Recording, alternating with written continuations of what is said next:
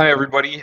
So today, what we're going to do is we're going to talk a little bit about how to read a playbook, what the different positions are. Once again, we're going to include the defense this time, and then we're going to take a look at when we start to draw lines on this, what those lines mean and how to interpret those so that when you're looking at the playbook, either by yourself or if you're a parent looking at the playbook with a child, you can help them to understand what these lines mean and have a better and deeper understanding of what we're trying to accomplish, and just really learn the game of football. So to begin with, we're going to start off by the lineman positions. We're going to start in the center of the line. This is the center.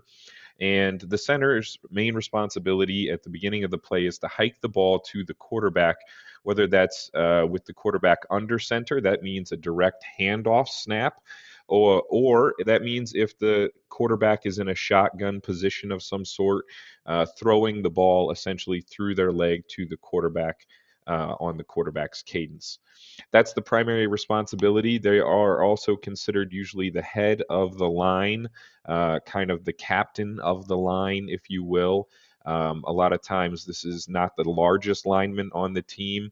A lot of times, this is somebody who will be responsible for moving as they get older and progress in the sport. This is somebody who will do some pulling or go out and get linebackers eventually. Okay.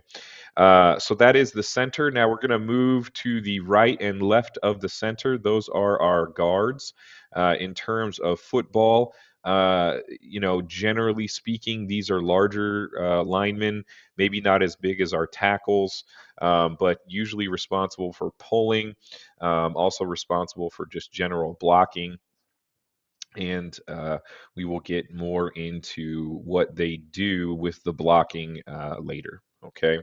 As we move out again to the left and right of the guards, we have the tackles. The left tackle is generally assumed to be the biggest lineman on the team, especially if you're in a league where passing exists. At our levels, this might not be the case. Because we don't do a lot of passing at this level. So it's not as essential to have your largest lineman necessarily at your left tackle spot. The reason for that is because the left tackle protects the blind spot of the quarterback as he's dropping back to pass. Okay, and that's the reason that that's usually a pretty important position. Now we move outside of the tackles. We are talking about our tight ends. This is our offensive normal set that we will run. So the tight ends are going to be positioned on the line. They may have their hand in the dirt. They may have their hand up. It depends probably on whether or not we're passing, faking a pass, something along those lines. But they will be responsible for both blocking, uh, receiving, running the ball. Tight ends do a lot of work on a team. Okay, they're generally considered the all-purpose player, and that's probably how they will get treated on our team as well. Okay, as we move outside of the general line, now we are getting to our backs positions. These are generally called wide receivers or wide outs. The wideout that is going to align to the left-hand side of our quarterback is always going to be called our Z wideout, and the wideout or receiver that is going to line up to the right-hand side of our quarterback is always going to be called the X. Okay, and our play calling will tell the X and Z whether they are going to line up in their normal positions, as you see here, or whether they're going to line up in some other form of position. Okay, they can both come into a wing position, which would move them essentially. Hold on just one moment. They can move into a wing position, which would essentially move these players here. They can also move into the backfield, and they would line up something like this. Maybe not both at the same time, maybe one or the other. But that is how they will move around depending on what play we call, and you will see that in the playbook. So it's important that we talk about that so you understand what those things mean when we see those. Okay. So next we are going to talk about the quarterback. The quarterback is going to be listed as a one on our team. The quarterback's main responsibility is to call the plays if the coach is not on the field, of course. Their second responsibility is to receive the exchange from the lineman, the center, and then either proceed to hand that ball off, run the ball, pass the ball, or execute the play from that point forward. Okay, so their main responsibility is to receive the ball from the center at the start of the play, and then begin to execute whatever the play is that we have called, whether that be a handoff, a pass, or a run. Okay. The four back is the next back that we're going to be talking about. This is what is normally referred to as a halfback or a running back or a four back or a fullback, or all different kinds of names for the four back. Also, a three back is something that you'll hear. For us, a four back is going to be a general purpose running back. Okay. It's going to be the person that we hand the ball off to. It's going to be the person that's responsible for pass blocking if we are going to pass block.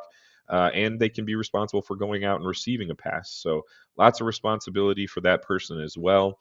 And as we move forward through explaining our playbooks, we'll talk about what some of the symbols and routes that these people will run, along with the routes and symbols that will relate to our other backs, the Z, the X, the tight ends, and the quarterback. Okay. So we're going to go ahead and move forward now to looking at a basic play, okay, a basic running play. And we're going to talk about what some of these symbols will mean for our players. And then we're going to wrap this video up so it doesn't get too long. So you'll see here, this one is labeled 45, 43, 41, 42, 44, and 46 dive. Okay, so what does that mean? Well, dive stands for when a running back is going to receive a handoff and they're going to try to quickly move through the line of scrimmage. Okay, doesn't necessarily mean that they're going to dive forward. That could be what they do if we're in a goal line or a short yardage situation, but it just means that they are going to try to quickly move past the line of scrimmage after receiving the handoff. Okay, so in our regular blocking scheme, in our regular formation, we see that we have our center in the middle, guards on each side, tackles on each side, tight ends as we move out. And then we have our quarterback behind the center. This is shown as a under center. This is where the quarterback would receive a hand-to-hand exchange from our center. And then the quarterback would turn depending on what number that we call. So we're not going to call all of these numbers in the huddle. We're going to call one of these numbers in the huddle, right? And that number is going to indicate two things. One is who's going to receive the handoff from the quarterback, and two, where that person is going to go. Now, that's going to communicate a lot of different things to a lot of people, and we will continue to explain that in more videos. But essentially, to understand where this means this person will go and what we are hoping will happen, let's go ahead and cover that. So we would call, let's say, for instance, 45 dive. 45 dive on the quarterback's cadence would receive the exchange from the center and then turn to his left and exchange the ball with the four back somewhere in this area. That is what that symbol indicates. The symbol indicates that a handoff is taking place. Okay. The 45 here indicates the number of the person who's going to receive the ball. First of all, it's going to be the four back, and then that person is going to go to the five hole. And so that is what is drawn here, is the four back running through our five hole and the quarterback making an exchange or a handoff around this area, basically, so the back can continue through the hole. Okay, same thing for 43, 41, 42, 44, 46. If you see this and we move down the line, it is moving through our six hole, our six gap. It's moving through the four hole, the four gap. 42 is moving through the two hole, the two gap, so on and so forth. 41, 43, 45. Okay. Now, let's talk about what these symbols on the other side of the ball mean, and then we will wrap up this video. The C stands for a cornerback, that is a defensive player whose responsibility is usually to cover the wide receiver.